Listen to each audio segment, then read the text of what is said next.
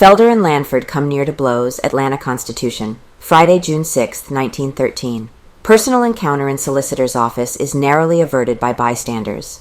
What threatened to be a serious personal encounter between Colonel Thomas B. Felder and Detective Chief Newport Lanford was narrowly averted Thursday morning in Solicitor Hugh Dorsey's office by the interferences of bystanders.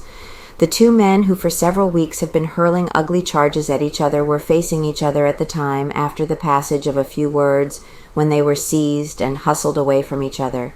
Out of the seriousness of the near fight grew a laughable incident through the failure of the flashlight apparatus of a newspaper photographer.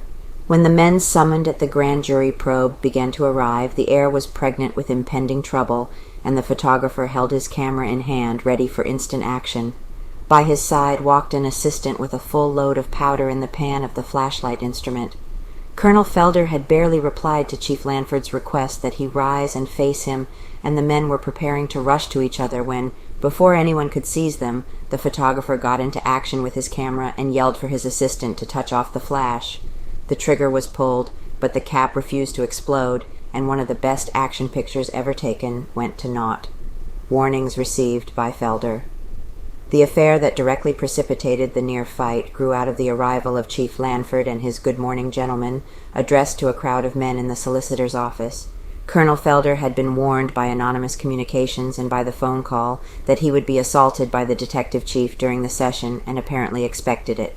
"You didn't speak to me, did you?" he replied to Lanford as the latter made his remark.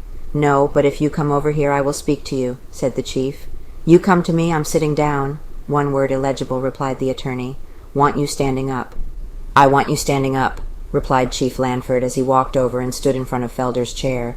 As the man rose, the detective clenched his fists and drew back as though to strike him. Colonel Felder reached toward his hip pocket as though he carried a weapon there. At this juncture, Deputy Plenty Minor grappled with the detective chief while reporters and attachés of the solicitor's office caught Colonel Felder. Chief Lanford demanded that Colonel Felder be placed under arrest for carrying concealed weapons, but this was not done, as no search was made of him to determine if he was really armed as had been claimed. The men then parted, and Deputy Minor was appointed to see that they kept order while in attendance on the grand jury.